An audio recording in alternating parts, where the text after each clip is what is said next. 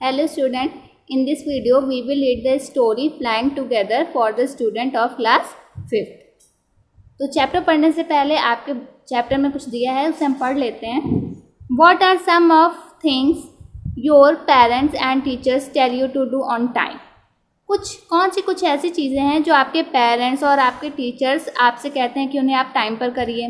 जैसे कि get up in the morning, do the homework, pack your school bags, यानी कि सुबह में जल्दी उठिए, अपना होमवर्क कर लीजिए और अपने स्कूल बैग को पैक कर लीजिए. ये सारे वर्क आपके टीचर्स या फिर आपके पेरेंट्स आपसे बोलते हैं ना करने के लिए, तो वही सारे वर्क यहाँ पर दिए गए हैं. एंड आगे ये कहा गया है what happened when you did not do as they asked you to do. और क्या होता है जब आपसे जो काम करने को कहा जाता है आप नहीं करते. तो ये क्वेश्चन आपके लिए है, इसे आप लिखिएगा और अभी जो आपके बुक में स्टोरी दी गई उसे पढ़ते हैं. Deep in a forest stood a very tall tree. Its leafy branches spread out like a strong arm. एक बहुत ही घने जंगल में एक बड़ा सा पेड़ था. टॉल मीन्स लंबा सा एक पेड़ था. It's leafy branches spread out like strong arms. और उसकी जो टहनियाँ थी वो बहुत ही ज़्यादा, उसमें बहुत सारी पत्तियाँ थी, बहुत ही ज़्यादा स्ट्रॉन्ग थी, बहुत मजबूत बड़ी बड़ी सी टहनियाँ थी उस पेड़ की, यानी कि वो बहुत विशाल पेड़ था और वो घनी जंगल में था. This tree was the home of a flock of wild geese. और यह जो पेड़ था वो एक वाइल्ड गीज यानी कि बत्तखों के झुंड का घर था, यानी कि इस पेड़ पर बत्तखों का घर था. फ्लॉक ऑफ वाइल्ड गीज मतलब होता है बत्तखों का झुंड. They felt safe there. और वो जो बत्तख थे, जो गीज थे, वो लोग उस पेड़ पर अपने आप को बहुत सेफ महसूस करते थे. उन्हें बहुत सुरक्षित लगता था कि जब वो अपने इस पेड़ पर रहते थे. One of the geese was a wild old bird. और उनमें से एक जो गीज था वो बहुत ही ज़्यादा वाइज था, बहुत ही बुद्धिमान था. He notice a small creeper at the foot of the tree. तो उसने एक बार नोटिस किया कि एक छोटा सा क्रीपर पेड़ के नीचे ग्रो कर रहा है, यानी उग रहा है. क्रीपर मीन्स क्या होता है? लता. आप देखते हैं बड़े बड़े पेड़ों के नीचे कुछ लताएं होती हैं ना, पतली पतली सी, वो चारों तरफ पेड़ को राउंड सर्किल में घेर लेती हैं. वही एक छोटी सी लता उसने देखी, जो वाइज गीज था पेड़ के नीचे देखी उसकी जड़ में. He spoke to the other birds about it. और उसने इसके बारे में और बर्ड्स को बताया. Do you see that creeper, he said to them. और उसने उन बर्ड्स से कहा क्या तुम ये देख रहे हो इस क्रीपर को, तुमने देखा ये क्रीपर? Let us destroy. चलो हम इसे नष्ट कर देते हैं. डिस्ट्रॉय मीन्स होता है नष्ट करना.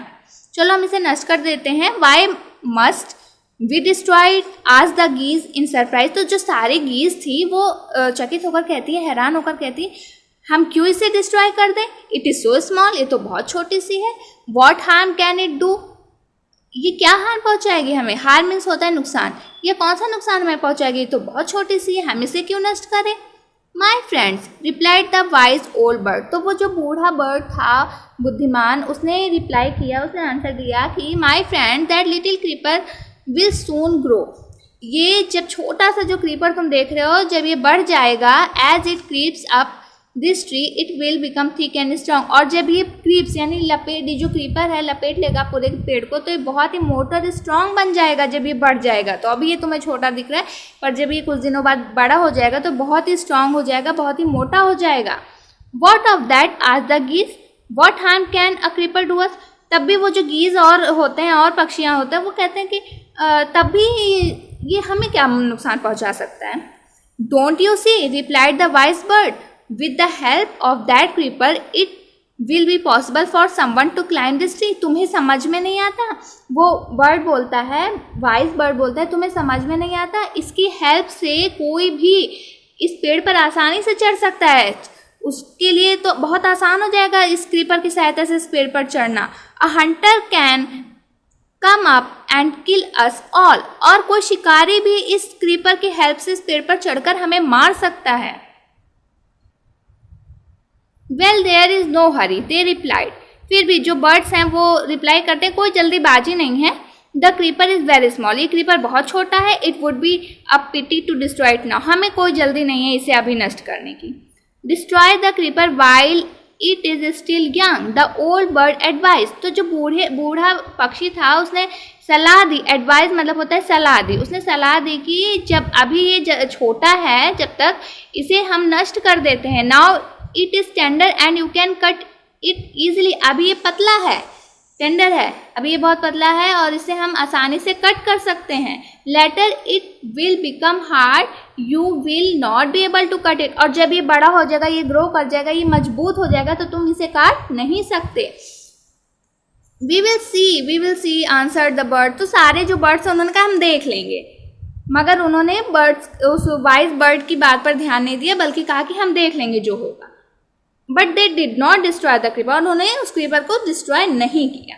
दे forgot the wise old bird advice, और वो भूल गए जो भी उस वाइज ओल्ड बर्ड ने सलाह दी थी। एडवाइस मतलब मैंने पहले बताया सलाह, फॉरगॉट मतलब भूल गए, वो भूल गए जो सलाह दी थी कि इस क्रीपर को नष्ट कर दो, नहीं तो कोई भी आसानी से हम इस पेड़ पर चढ़ सकता है और हमें मार सकता है, ये सब भूल गए वो, उन्होंने उस क्रीपर को नष्ट भी नहीं किया। As the creeper grew it began winding its way up the tree, और जब भी वो क्रीपर बड़ा हो गया, वो वाइंडिंग यानी घुमावदार हो गया, यानी उसने पेड़ को चारों मतलब गोल गोल राउंड में उसने पेड़ को पूरा जकड़ लिया, पूरा फैल गया पेड़ पर और खूब मजबूत हो गया। Stronger and stronger it became until it was as strong as a thick rope, और वो खूब स्ट्रॉन्ग होता गया, इतना स्ट्रॉन्ग हो गया जैसे कि एक मजबूत रस्सी की तरह से खूब ज़्यादा स्ट्रॉन्ग हो गया। One morning when the geese had gone out in search of food, फिर एक दिन की बात है, सारे जो गीज थे वो भोजन की तलाश में कहीं चले गए थे। A hunter came to the forest, फिर एक शिकारी उस जंगल में आता है। So this is where the wild geese live he said to himself, तो वो शिकारी उस पेड़ को देखकर खुद से कहता है अच्छा तो ये घर है वाइल्ड गीज का, यानी जो फॉक ऑफ गीज, जो गीज का झुंड था वहीं रहता था पेड़ पर, तो उसी पेड़ को शिकारी देखकर कहते हैं अच्छा यही घर है इन गीज का। When they come back in the evening, I shall catch them, और जब वो इवनिंग में आएंगे घर तो मैं उन्हें पकड़ लूँगा। The hunter climbed up the tree with the help of the creeper, और वो हंटर उसी क्रीपर यानी जो मजबूत सी क्रीपर रस्सी की तरह बन गई थी, उसी क्रीपर की हेल्प से उस पेड़ पर चढ़ जाता है। He got to the top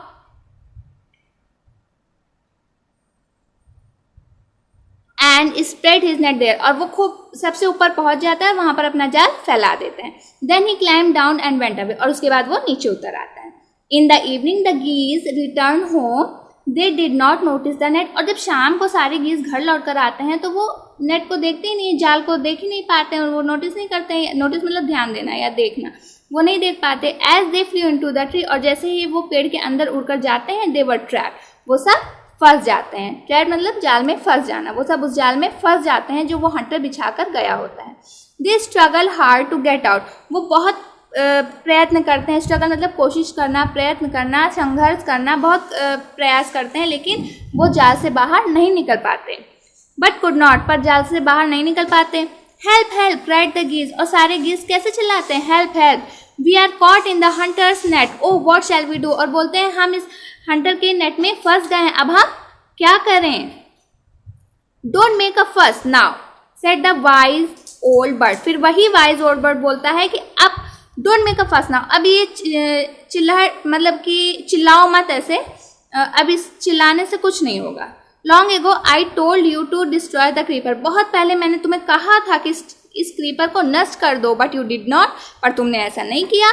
now see what has happened, अब देखो क्या हो गया। Tomorrow morning the hunter will come back and kill us all, अब अगली सुबह, कल सुबह आएगा हंटर और हम सबको मार डालेगा। We were foolish wept the birds, और जो बर्ड्स थी वो सब रोने लगी, कहने लगी वी वर फुलिश, हम मूर्ख थे।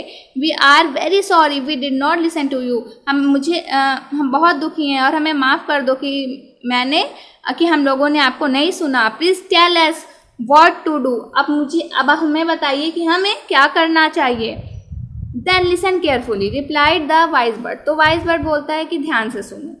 When the hunter comes, you must all pretend to be dead. जब हंटर आएगा तो तुम सब बहाना बनाना कि जैसे कि तुम मर चुके हो। Pretend मतलब होता है बहाना बनाना, ऐसा दिखाना कि तुम मर चुके हो। Just lie still, लेटे रहना।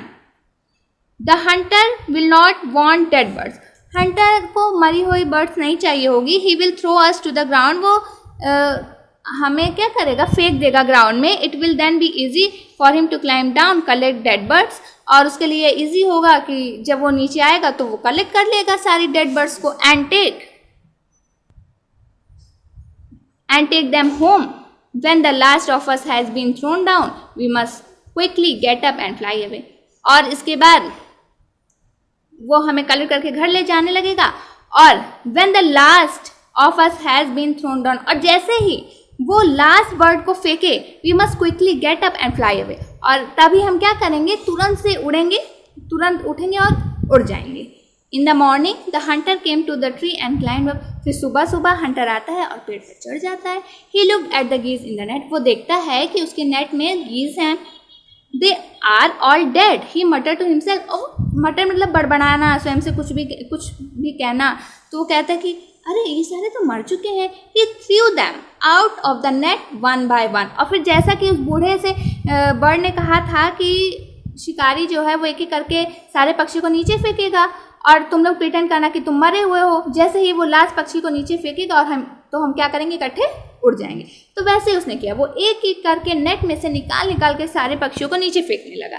The birds lay still until the last one had been thrown down, और बर्ड्स सारी तब तक वैसे ही बहाना बनाई रही, लेटी रही, जब तक कि आखिरी चिड़िया हंटर ने नेट से निकाल कर बाहर नहीं फेंक दी। Then all at once they got up, और जब सारी बाहर आ गई तो सभी उठ गई। फ्लैप देयर विंग्स, उन्होंने अपने पंख को फड़फड़ाया। एंड फ्लू अवे, और वो सब उड़ गई।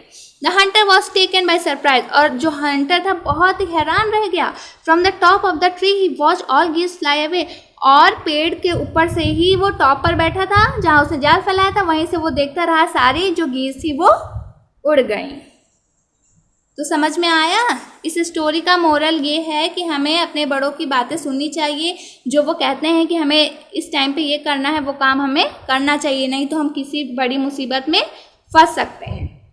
Now let us see the word meaning. Geese, geese means क्या होता है, मैंने बताया ना, फॉक ऑफ गूज, यानी गूज का प्लूरल फॉर्म है ये गीज। इसके मतलब होता है बत्तखों का झुंड, ठीक है। क्रीपर मीन्स होता है लता। वाइंडिंग मीन्स घुमावदार। मटर्ड मीन्स होता है बड़बड़ाना। फ्लैप मीन्स होता है फड़फड़ाया। मटर्ड मीन्स बड़बड़ाया और फ्लैप मीन्स फड़फड़ाया। और भी इसमें कुछ वर्ड मीनिंग थी, उनको भी आप देख लीजिएगा। ओके, जैसे कि आपको बता दे रहे हैं, जैसे कि स्प्रेड, स्प्रेड मीन्स होता है फैलना। डिस्ट्रॉय मीन्स नष्ट करना। सरप्राइज मतलब आश्चर्यचकित या हैरान। और एडवाइस मीन्स सलाह। क्लाइम मीन्स चढ़ना।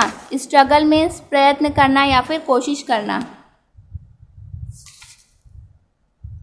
विंग्स मीन्स पंख।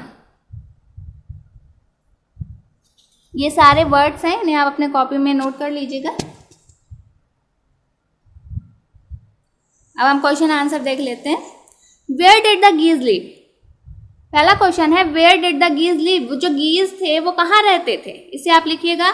एंड सेकंड है why did the old bird advise the other birds to destroy the creeper, क्यों वाइज ओल्ड बर्ड ने एडवाइस दी थी कि इस और बर्ड्स को कि इस क्रीपर को नष्ट कर दे।